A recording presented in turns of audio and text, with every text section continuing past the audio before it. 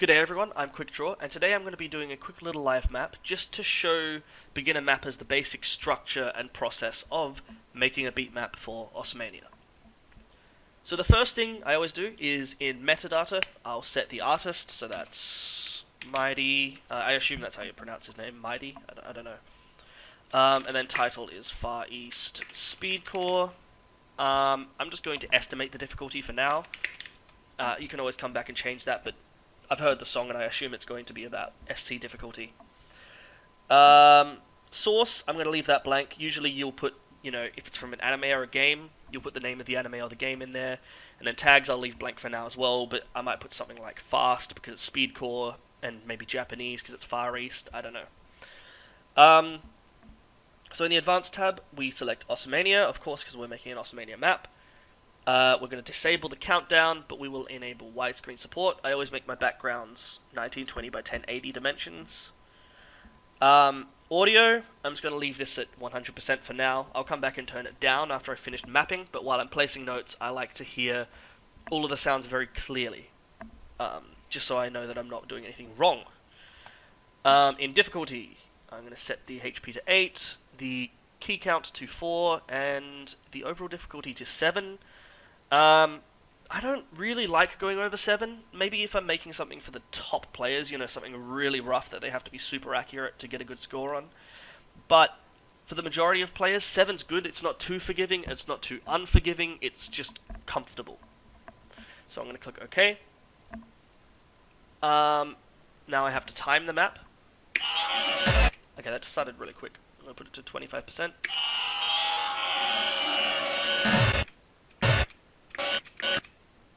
Alright, I think we're at the start there. 44, probably early, I'll go 55 instead. And since it's Speedcore, let's start at 200 BPM and figure it out from there. Okay, that's immediately too fast. I guess 180.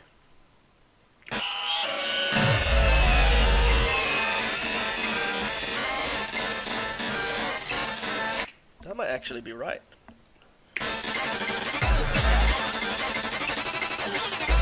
Yeah, I think that's right. I'll listen further on and make sure it doesn't go out of time.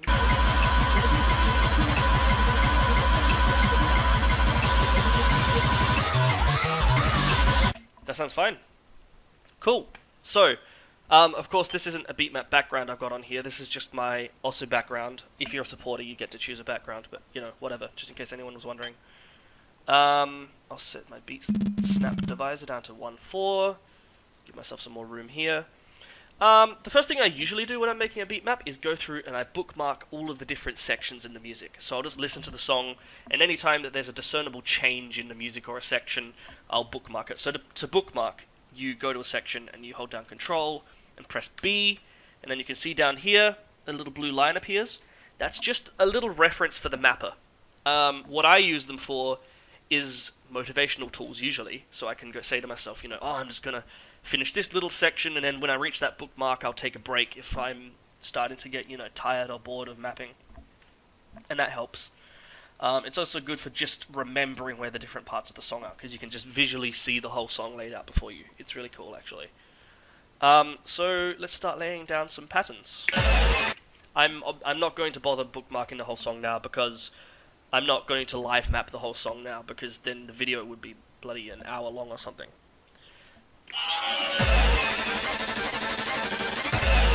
Okay, there are some distinct jackhammers in there that I can definitely hear that I should place. That's the same note if I remember correctly.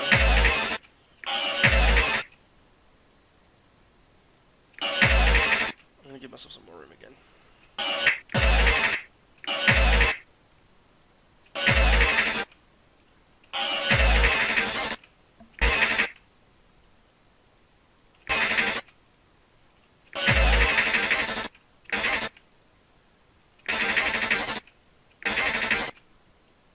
That actually goes up.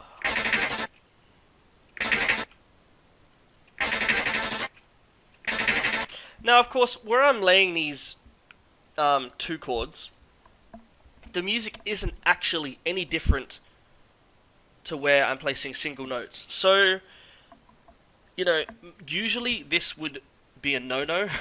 You wouldn't want to do this in mapping. You want to be consistent. You want to say if the music is single notes at this part, I'm going to always map that as single notes. But it just creates a nice rhythm for the player. I'll just listen to that. Do you hear how it's... This is why having custom sounds set up, custom hit sounds really helps. Because I can hear the volume change when there's two notes. It makes me be able to hear the rhythm clearly. Do you hear how that's just a nice rhythm?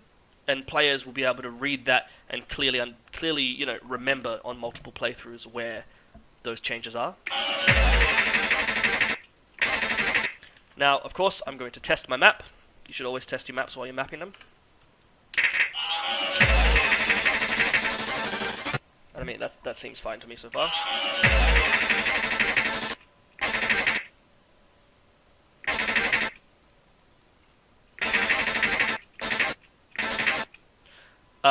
What that is I've just lost internet. I assume one of my roommates has accidentally kicked out the router or something. It might even just be Bancho, but that's why the background's gone blank. Doesn't really matter for now.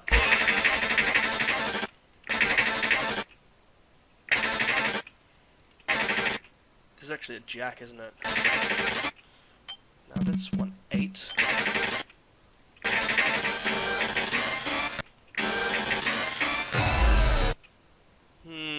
If you think about the length of your fingers, if you're using, you know, the standard fingers that you use for 4-key, which is your index and your pointer, the keys on the outside going in are going to be more comfortable than going from the inside to out, just because of the lengths of your fingers. If they were the same length, it probably wouldn't matter, but, you know, because of that, I always like to map with comfort in mind. So, I mean, this roll will be okay, but with this jack before it, it might be kind of uncomfortable.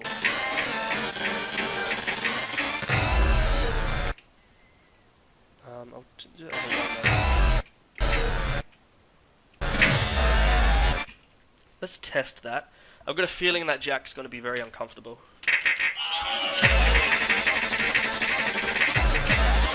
I don't like it. I don't like it. I'm actually going to map that as maybe a trill, in which case we might put this coming in the opposite direction.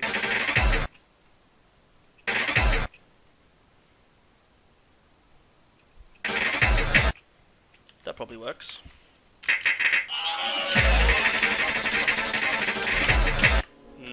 It's too much for trill.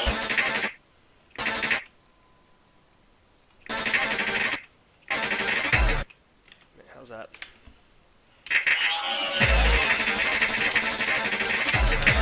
Very left-hand heavy, which is usually not very fun.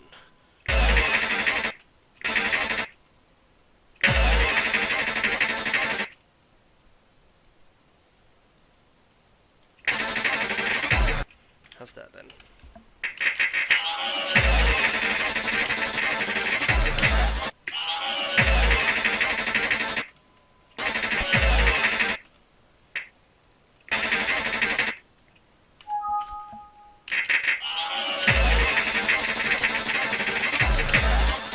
Happy with this.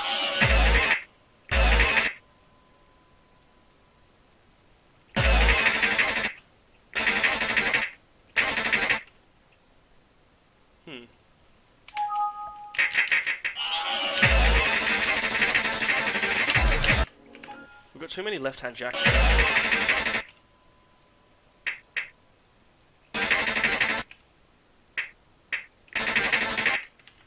That looks a bit more comfortable.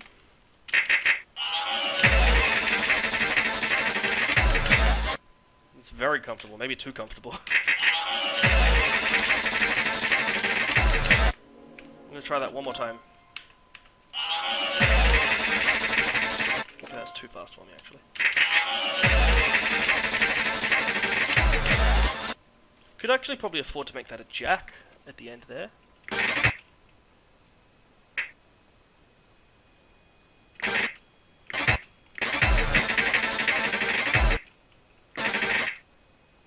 Maybe if I make this. Alright, last test for that. It was more fun without the jack. I'm going to get rid of it.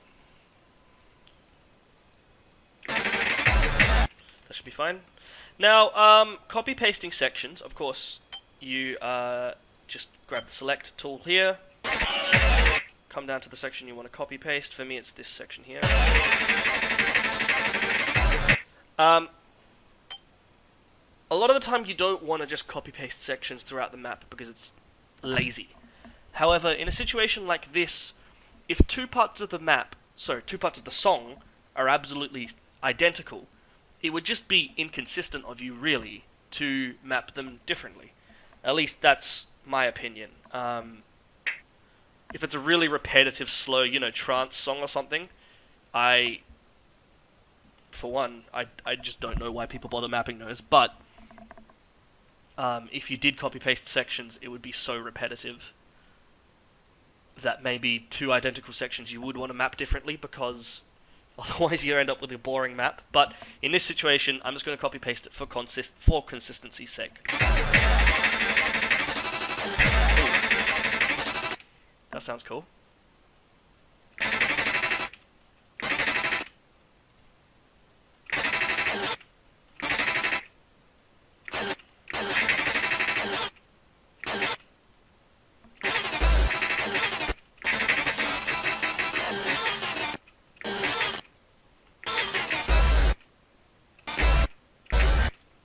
That's cool.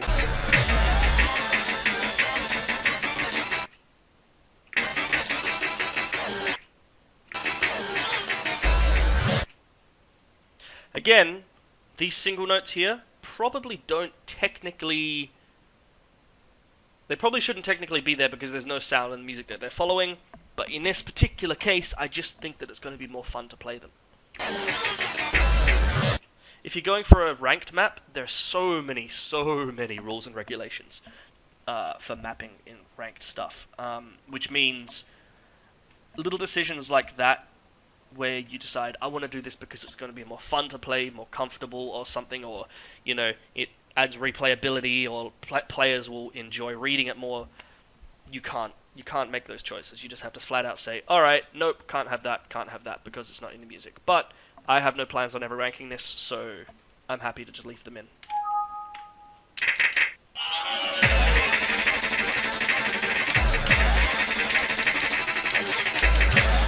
That's pretty fun. I actually don't mind that.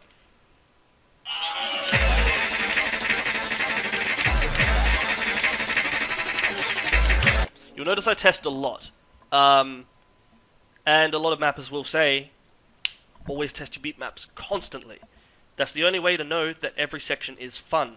Don't map the whole thing and then test it. Constantly test every section. Again, I'm going to copy paste the same section. It's probably not in my clipboard anymore. No. But again, it's repeated, and it's exactly the same in the music, and so I just like to prioritize consistency and go for it.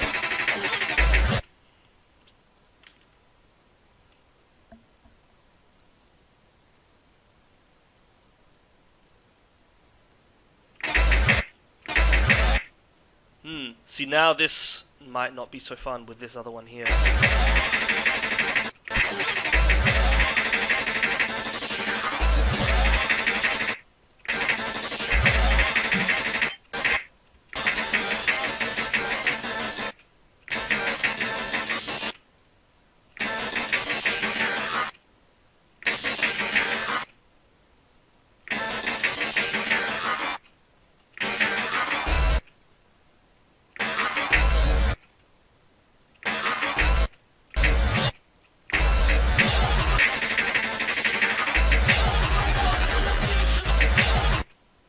I'm just going to map these as 2 chords because I think there's 3 chords later up, I think. Yeah, see, a section like that I'm going to map as 3 chords because it's SC difficulty. When I say 3 chords, I mean notes with 3 chords with 3 notes in them, which means for consistency I'll be mapping this section as 2 chords. When mapping this kind of thing, I always try to avoid 3 notes in a row. I try to make 2 the maximum. Sometimes there are exceptions, but Okay, that's actually way too dense.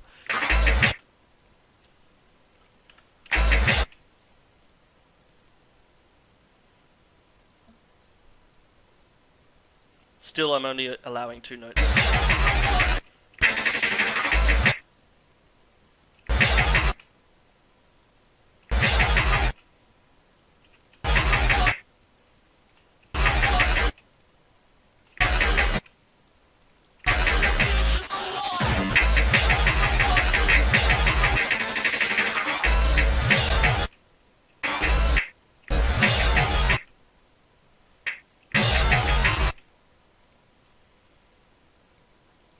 Again, because of the finger length thing, I'm going to change this to a pattern like that. I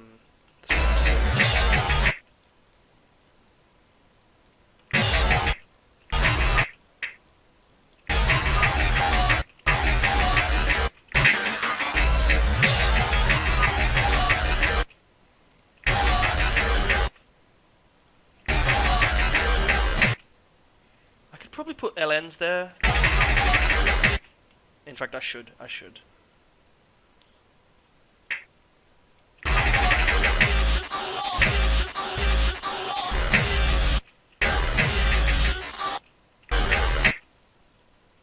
Alternating hands like that gives a nice chip feeling. You know, it's like chip tunes. I like to do that in a lot.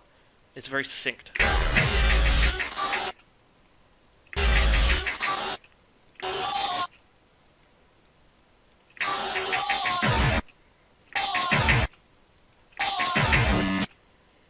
I'm actually going to map that as 16ths. I'm assuming it is. That seems like a lot, but because this is only 180 BPM Speedcore, I mean, he probably wrote the song at 360 BPM. So that would actually be 1/8 at the BPM that the song was mapped at. Written at. Alright, here we go. I'm going to do one final test and then end the live map there.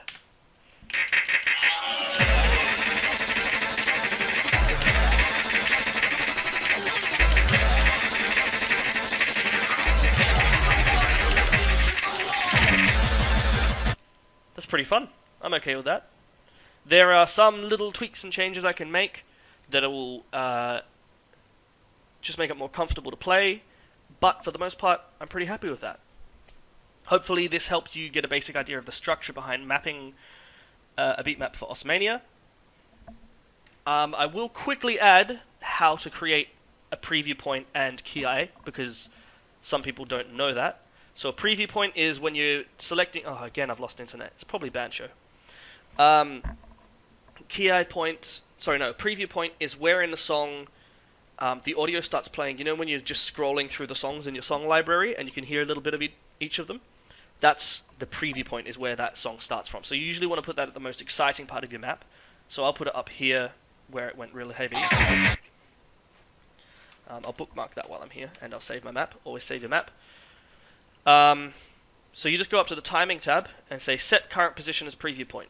So when someone selects this map, when they're just going through their maps in their map library, this is what they're going to start hearing the song from.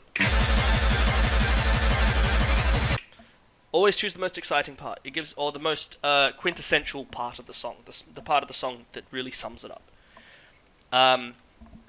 And key is... Again, you'll usually put this around the chorus of the song. You put it around the most exciting part of the song. I'll quickly show you how to do that. So say I wanted the key point to be from here. I would then create a inherited timing point. So that's, as some people might know them as SV points.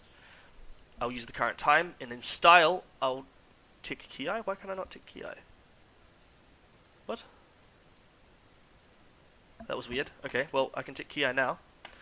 And between that point and wherever I end the key point, you'll see this orange bar. That indicates where the key zone is. So